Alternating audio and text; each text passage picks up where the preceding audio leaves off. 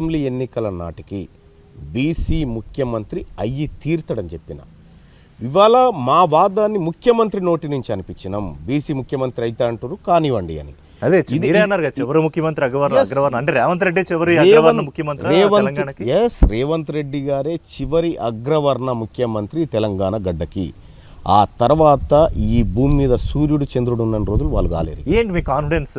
నాకు ముచ్చటేస్తోంది. విషయం ఏంటంటే ప్రజల్లో అవేర్నెస్ వచ్చిన తర్వాత, ప్రజల్లో మేల్కొల్పు వచ్చిన తర్వాత అది సాధ్యపడదుగా.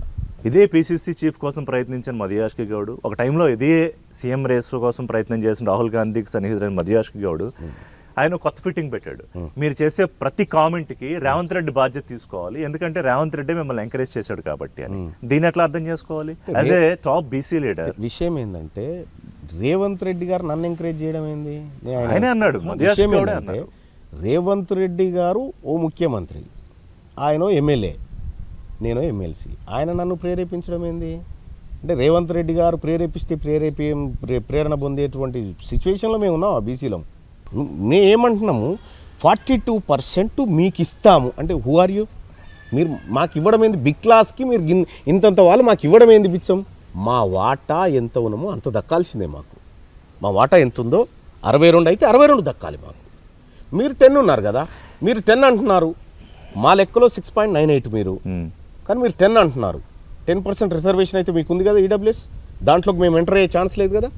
ఇప్పుడు ఏంటి కాంగ్రెస్ పార్టీలో సరే మీకు వ్యతిరేకంగా పనిచేసిన రెడ్లు ఉన్నారు, అనుకూలంగా పనిచేసిన రెడ్లు ఉన్నారు. మనం పేర్ల జోలికి పోవద్దు, అందరికీ తెలిసిందే అదంతా. సో ఇవాళ మీ వాయిస్ పైకి లేస్తూ ఉంటే ఆబ్వియస్గా వాళ్ళు సహించలేకపోతున్నారు. ఎందుకని? ఇది ఎక్కడికి ఎర్త్ అవుతుందో ఎక్కడికి అసలు పెడుతుందో తెలియదని. మరి ఎట్లా ఎదుర్కొంటారు? ఈజీయేనా ఎవరిని? ఈ బలమైన వర్గాలను ఎదుర్కోవడం? వాళ్ళు బలమైన వర్గాలు, మేము బిగ్ క్లాస్ అధికారంలో ఉన్నారు, ఏదన్నా చేయగలిగే అవకాశం ఉంటుంది. వాళ్ళు ఏమీ చేయలేరు. 70 సంవత్సరాలుగా మా తలరాతల్ని మార్చినటువంటి వీళ్ళు మాకేమైనా చేయగలుగుతారా? బీసీ ఉద్యమానికి ఎవరున్నా కూడా వాళ్ళకి బీసీ ఉద్యమాన్ని అణచివేయాలని చూసే ప్రతి వ్యక్తికి హెచ్చరికనే అని చెప్తా ఉన్నాను. ఒకప్పుడు కేసీఆర్ మీద అసలు ఫైర్ అయిపోయిన తీన్మార్ మల్లన్న ఈరోజు ఏమన్నా టోన్ మార్చుకున్నారా, టిల్ట్ అయ్యారా? ఎందుకంటే 1,00,000 మందితో ఎన్యూమరేటర్స్తో చేయించిన ఈ సర్వే కన్నా కూడా సమగ్ర కుటుంబ సర్వే బెటర్ అని చెప్పడానికి వెనకాల పాలిటిక్స్. మీరు ఒకసారి చూడండి, నేను కేసీఆర్ ప్రభుత్వం మీద పోరాటం చేసినటువంటి పరంపరలో ఏ ఒక్కరోజు కూడా ఆయన చేసిన సర్వే తప్పని చెప్పలేదు. మీరు చూడండి, ఆయన చేసిన ఇతర పనులు తప్పని చూపెట్టిన, కానీ సర్వేని తప్పని చూపెట్టలేదు.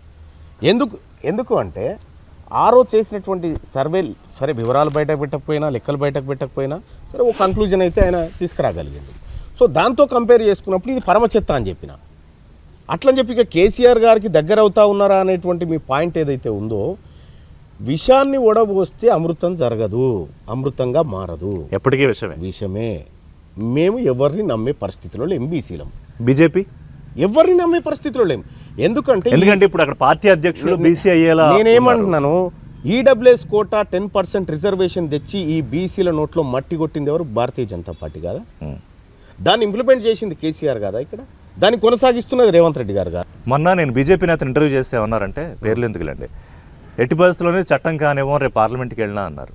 వాళ్ళు చట్టం కానియకపోతే వాళ్ళని రాజ్యాంగ సవరణ చేయాలి. వాళ్ళు చట్టం కానియకపోతే వాళ్ళని చట్టసభలోకి ఎంట్రీ కూడా కానియం. మేము ఈ సస్పెన్షన్ ఆర్డర్ని, లెటర్ని మంచి గోల్డ్ ఫ్రేమ్ చేయించి పెట్టుకున్నారేంటి అంటే అది కూడా ఫస్ట్ టైం అనుకుంటా నేను చూడడం, ఇండియన్ ఎవరన్నా సస్పెండ్ చేసినప్పుడు. దాని వెనకాల వ్యూహం ఏంటి? దాని ప్రెస్ మీట్లో you have presented in a very dramatic way. విషయం ఏంటంటే అర్హత లేని వ్యక్తులు. చిన్నారెడ్డికి అర్హత లేదా? లేదు. ఎందుకు లేదు? Chinna Reddy senior politician. ఇది constitution of Congress party constitution. ఈ బుక్ లో క్లియర్ గా మెన్షన్ చేయబడింది, ఒక రాష్ట్రానికి కొత్త పిసిసి ఏర్పడిన వెంటనే ఆయన కింద ఉన్నటువంటి ప్రతి కమిటీ రద్దు అవుతుందని. మహేష్ కుమార్ గౌడ్ వచ్చిన తర్వాత ఈయన ఉండకూడదు. మోరోవర్ ఏంటంటే కాంగ్రెస్ పార్టీ నిర్ణయాలకు వ్యతిరేకంగా రాష్ట్ర ప్రభుత్వం తీసుకున్న నిర్ణయాన్ని వ్యతిరేకించకూడదు ఏ సభ్యుడు అని ఇందులో ఉండని కూడా ఉండదు. సో ఆ రకంగా it's a Congress party constitutional failure. కాబట్టి నేను ఫెయిల్యూర్ అనలేదు. మీరు రిషి గారు, మీరు no Congress party constitution failure అన్నాను. మీరు మరి లాజిక్గా మాట్లాడుతున్నారు. It's my doubt. ఇప్పుడు ఇందులో రూల్స్లో ఏమైతే రాసుకున్నామో ఈ రూల్స్లోకి నా చర్య రాదు. అంటే మీ సస్పెన్షన్ అనర్హం. ఆ కనీస జ్ఞానం లేకుండా ఆ చిన్నారెడ్డి గారు ఎట్లా రాసిండో, ఈ రేవంత్ రెడ్డి గారు ఎట్లా చెప్పిండో నాకు అర్థం కాదు. What's the problem between you and Revanth Reddy గారు? No, no, no. స్ట్రైట్ గా చెప్పండి. ఆయనకు నాకు ఏ ప్రాబ్లం కాదు, రేవంత్ రెడ్డికి నా మల్లన్నకి పంచాయతీ సమస్య ఏంటి? నా పంచాయతీ బీసీల పంచాయతీ, నా పంచాయతీ బీసీ హక్కుల పంచాయతీ. తీన్మార్ మల్లన్నకు వ్యక్తిగతమైన పంచాయతీలు ఏముంటాయండి? తీన్మార్ మల్లన్న ఈ నిజంగా రోజు మీ మీద వాళ్ళు చేస్తున్న ఎలిగేషన్స్ చెప్పనా? చెప్పండి. ఇవాళ మీరు బీజేపీ బీఆర్ఎస్ గొంతుకై మాట్లాడుతున్నారు. ఈ మాట అంది ఎవరో కాదు, సీతక్క. ఉమ్. సరే, జానారెడ్డి అయితే గాలి మాటలు పట్టించుకోను, ఆయన ఒక సెయింట్ లాగా, మేము ఆయన ఆయన ఎప్పుడూ విడిచిపెట్టాం. సెయింట్ లాగా ఆయన ఒక ఇది చెప్పాడు, ఒక ఇది. ఆయన సో యేసు కానీ సీతక్క ఉమ్. ఆ మాట అనడం ఉమ్. ఎట్లా చూస్తారు మీరు? నేను పెద్దగా పట్టించుకోను. ఎందుకంటే కొద్దిగా అంటే ఈ సమాజంలో సీతక్క బీసీల ఓట్లు లేకుండా గెలవమని చూద్దాం, గెలవగలుగుతుందా? ఎవరు గెలవరు. ఎందుకు ఇప్పుడు మీరు కూడా రేపు ఇప్పుడు పొద్దున్న- కాదు, ఒక్క నిమిషం. సీతక్క రెడ్ల గొంతుకు ఉండొచ్చు అనుకుంటుందేమో కానీ మేము బీసీల గొంతుగా బరాబర్ ఉంటాం.